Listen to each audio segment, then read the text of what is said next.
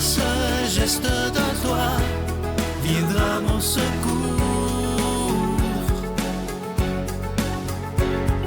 Viens semer dans mon âme le grain de l'amour. Je traverse un désert et je meurs de soif. Montre-moi le mystère qui garde la foi. Bonjour, bienvenue à votre émission La Victoire de l'amour en ce jeudi 5 octobre. J'espère que vous vous portez bien chez vous. On rejoint tout de suite pour sa chronique Simon Lessard et à l'homélie, ce sera l'abbé Donald Thompson.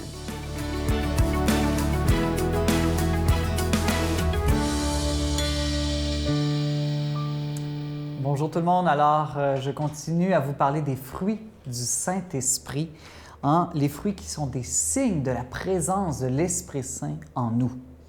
Quels sont les fruits du Saint-Esprit? Eh bien, leur nombre est variable. Alors, Saint Paul, lui, en énumère 9, puis dans certaines traditions, dont la tradition catholique, on en retient 12, mais en fait, il peut y en avoir presque autant qu'on veut.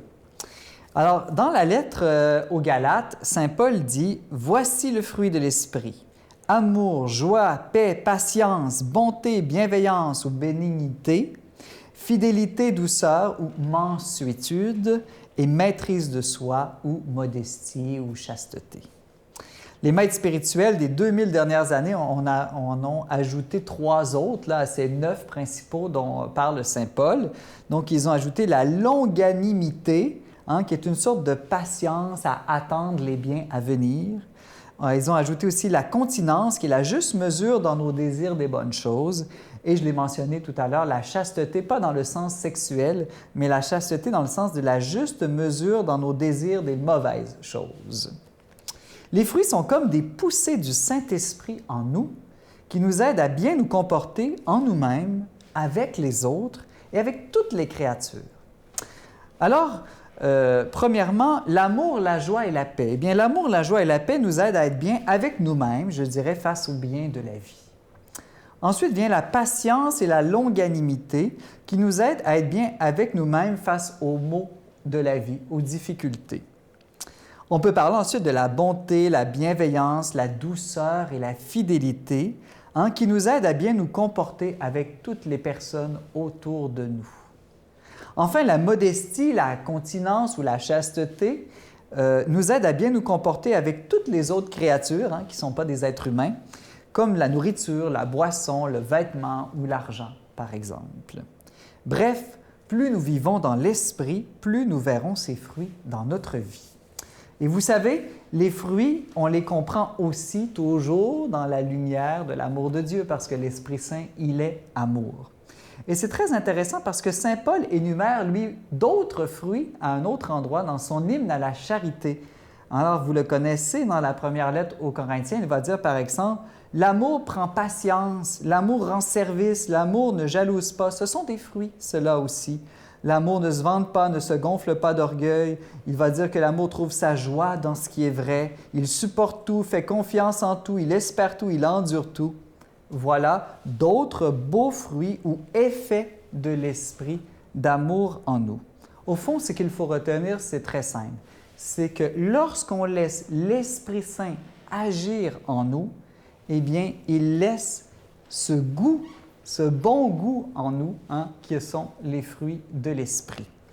Alors, je vous laisse aujourd'hui sur cette parole de Saint Séraphime de Sarov que je ne répéterai jamais assez. Le vrai but de la vie chrétienne consiste en l'acquisition du Saint-Esprit de Dieu. Alors voilà, il nous faut invoquer tous les jours l'Esprit Saint pour vivre en sa présence. Notre Père qui es aux cieux, que ton nom soit sanctifié, que ton règne vienne, que ta volonté soit faite sur la terre comme au ciel. Donne-nous aujourd'hui notre pain de ce jour. Pardonne-nous nos offenses, comme nous pardonnons aussi à ceux qui nous ont offensés. Et ne nous laisse pas entrer en tentation, mais délivre-nous du mal, car c'est à toi qu'appartiennent le règne, la puissance et la gloire pour les siècles des siècles. Amen. La Victoire de l'amour vous invite à venir vivre des moments inoubliables en Italie en compagnie du Père Michel Marie, Christine Michaud, Miguel Padilla et Sylvain. Nous visiterons Venise, Padoue, Florence, Sienne, Assise et Rome, la ville éternelle. Célébration eucharistique avec le Père Michel Marie. Nous assisterons aussi à l'audience générale avec le pape François au Vatican, du 2 au 13 juin 2024, avec Spiritour au 514-374-7965 ou 1-866-331-7965. Je suis tellement content de vous parler de ce beau cadeau du mois d'octobre, une belle exclusivité de la Victoire de l'amour. Ça a été fabriqué pour nous, sur mesure. Il s'agit du pendentif de Sainte Thérèse de l'Enfant Jésus. Et vous allez le voir à l'écran présentement, à l'arrière, c'est écrit « Sainte Thérèse de l'Enfant Jésus ». Priez pour nous. Je vous rappelle que ça vient avec la chaîne. C'est en acier inoxydable, donc ça ne ternira pas. Et le bijou, il est déjà béni. Ça s'offre tellement bien en cadeau et c'est très discret. C'est vraiment de toute beauté. Je vous donne l'adresse en vous disant que vous le recevrez avec un don de 25 $. Et si vous en voulez deux, avec un don de 40 $. La Victoire de l'amour, case postale 120, succursale Boucherville à Boucherville, le J4B 5E6, je vous la redonne. La Victoire de l'amour, case postale 120, succursale Boucherville à Boucherville, le J4B 5E6. Également par téléphone, par carte de crédit du lundi au vendredi de 8h30 à 16h30 dans le 514-523-4433, 523-4433 ou sans frais le 1-888-811-9291, 1-888-811-9291 et aussi sur notre site Internet. Vous savez que c'est un moyen très rapide, sécuritaire et efficace de faire votre don, le www.lavictoiredelamour.org. Je vous rappelle également que les livres de Christine Michaud, le « Que ferait l'amour » et mon dernier livre qu'on vient de présenter le mois dernier, « Mise en forme de l'âme », sont toujours disponibles. Alors, je vous remercie de tout cœur de votre grande générosité parce que vous savez que si cette émission existe depuis bientôt 29 ans, c'est grâce à chacun et chacune de vous. Et ça, c'est important qu'on continue de se donner la main et d'annoncer la priorité des priorités qui est l'amour.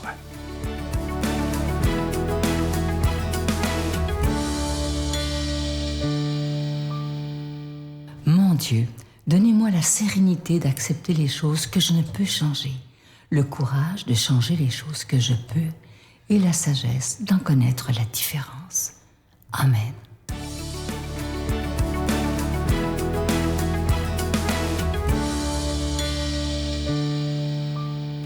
Bon matin à tous et à toutes. Début de l'automne, début d'octobre.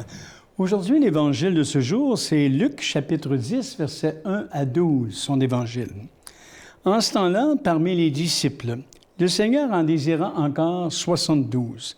Il les envoya 2 par 2 en avant de lui, en toute ville et localité où lui-même allait se rendre. Il leur dit, « La moisson est abondante, mais les ouvriers sont peu nombreux. Priez donc le maître de la moisson d'envoyer des ouvriers pour sa moisson. Allez, voici que je vous envoie comme des agneaux au milieu des loups. Ne prenez ni bourse, ne portez ni bourse, ni sac, ni sandales, et ne saluez personne en chemin. Mais dans toute maison où vous entrerez, dites d'abord « Paix à cette maison ». S'il y a là un ami de la paix, votre paix ira reposer sur lui, sinon elle reviendra sur vous. Restez dans cette maison, mangeant et buvant ce que l'on vous sert, car l'ouvrier mérite son salaire. Ne passez pas de maison en maison. Dans toute ville, vous entrerez et où vous serez accueillis, mangez ce qui vous est présenté. Guérissez les malades qui s'y trouvent et dites-leur, le règne de Dieu s'est approché de vous. Mais dans toute ville, vous entrerez et où vous ne serez pas accueillis, allez sur les places et dites, même la poussière de votre ville collée à nos pieds, nous l'enlevons pour vous la laisser. Toutefois, sachez-le, le règne de Dieu s'est approché. Je vous le déclare, au dernier jour, Sodome sera mieux traitée que cette ville. L'évangile de mission aujourd'hui, qu'est-ce que c'est que la mission? On est des envoyés. Quand on dit qu'on est des croyants, des croyantes, par Jésus, on est tous des envoyés. Vous savez, on voudrait dans notre société actuelle que la religion reste du domaine privé, comme si nous pouvions être chrétiens, chrétiennes, être catholiques qu'à l'église du dimanche ou entre les 4 murs de notre maison. Qu'en est-il de cette mission à la lumière de l'Évangile d'aujourd'hui? C'est une mission sans bagage, d'abord. Sans bagage, sinon celui de notre rencontre avec le Christ. C'est ça notre bagage intérieur. Et cela est indispensable parce qu'on n'est pas missionnaire du Christ sans être avec lui, sans vivre en sa compagnie. Lui, en tant que personne vivante, avec qui on est en lien et qui nous dynamise par son souffle. Ce n'est pas seulement des idées, des doctrines qu'on a à en transmettre, loin de là. Il s'agit au départ d'une expérience du Christ et de Dieu et non d'une idéologie. Deuxièmement, c'est une mission qui ne s'installe pas dans des catégories toutes faites. C'est une mission qui rencontre les gens dans leur vécu, quel qu'il soit. C'est une mission qui n'a pas pour objectif de sauver les institutions, mais plutôt de répandre la bonne nouvelle du Christ et d'entrevoir, si nécessaire, l'ajustement et le renouvellement de nos institutions dont on a besoin pour encadrer notre action. Troisièmement, c'est une mission qu'on a qui n'est pas tout établie d'avance. Les cheminements que cette mission suivra, ce sont souvent des cheminements inédits. Les développements que cette mission amènera sont souvent surprenants. C'est surprenant, car la mission se traduit tout le temps en gestes concrets qui disent l'actualité du salut dans le Christ et qui disposent à aller plus loin sans se contenter que de belles idées qui n'ont pas de prise dans le réel. Finalement aussi, je voudrais dire que c'est une mission qui est une vie avec les yeux des gens de paix. Paix à cette maison, dit Jésus. S'il y a là un ami de la paix, votre paix ira reposer sur lui, sinon elle reviendra sur vous. La mission s'attarde avec des gens d'accueil et de paix. On vit ensemble, on mange ensemble. La bonne nouvelle du Christ amène une convivialité dans le respect et la joie. Et je termine en vous disant que c'est une mission pour la joie, justement. Oui, c'est une mission de joie, non pas de morosité ou de message d'un passé révolu, mais c'est une mission de joie. La joie d'apporter un baume sur des blessures humaines. La joie de contribuer à ce que des êtres humains retrouvent leur dignité. La joie de travailler à insuffler un sens à la vie pour des personnes. La joie de partager l'expérience qu'on a de Jésus-Christ avec d'autres personnes. Ça, c'est intéressant, ça. Et Jésus, dans le fond, nous invite tout le temps à aller plus loin. Et la plus grande et profonde joie, c'est laquelle, mes amis? Ça demeure celle d'être inscrit, comme dit la parole, dans les cieux, c'est-à-dire de vivre avec Dieu, de vivre dans l'intimité de Dieu, par le Christ, avec le Christ et dans le Christ. Maintenant, on est toujours confronté, l'amour, on le sait sur le plan humain, l'amour humain ne s'impose pas. On ne peut pas aimer une personne malgré elle. L'amour de Dieu aussi ne s'impose pas, se propose. Et c'est là la délicatesse de notre mission en tant que croyants, c'est-à-dire dynamisés par le Christ dans le monde d'aujourd'hui, qui voulons vivre avec ses valeurs à lui. Alors je demande au Dieu de la vie qu'il vous bénisse. Passez une bonne journée. Le Père, le Fils et le Saint-Esprit. Amen. Bonne journée. Je vous salue Marie, pleine de grâce. Le Seigneur est avec vous. Vous êtes bénie entre toutes les femmes, et Jésus, le fruit de vos entrailles, est béni. Sainte Marie, Mère de Dieu, priez pour nous pécheurs, maintenant et à l'heure de notre mort.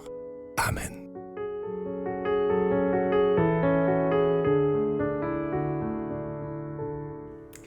Vous le savez maintenant, en ce beau mois d'octobre, la fête de Thérèse de Lisieux est le 1er octobre. On vous offre en échange de vos dons cette magnifique médaille de Thérèse de l'Enfant Jésus, Thérèse de Lisieux, que tout le monde connaît, mais qui est une perle rare pour notre monde. Elle a tellement intercédé et elle veut intercéder pour nous. C'est son visage d'un côté et de l'autre côté, c'est Sainte Thérèse de Lisieux, priez pour nous, qui est gravé. C'est en acier inoxydable, ça ne ternira pas, c'est déjà béni et ça soutient la mission d'évangélisation de la victoire de l'amour. Annoncer la bonne nouvelle de l'amour, soutenir votre vie de prière au quotidien, soutenir votre espérance, être des témoins pour vous. On a besoin de vous pour notre monde aujourd'hui. Merci pour vos dons généreux. Et prions Thérèse, demandons-lui d'intercéder pour nous parce qu'elle peut énormément. Elle a dit, je passerai mon ciel à faire du bien sur la terre. Donc, elle est puissante sur le cœur de Dieu. Invoquons-la. Bonne journée. Regarde, mon grand, je vais tout te donner pour te montrer que tu ne seras pas heureux, même si tu as toutes les choses sur cette terre ici. La seule chose qui va te rendre heureux, là, c'est une relation avec moi.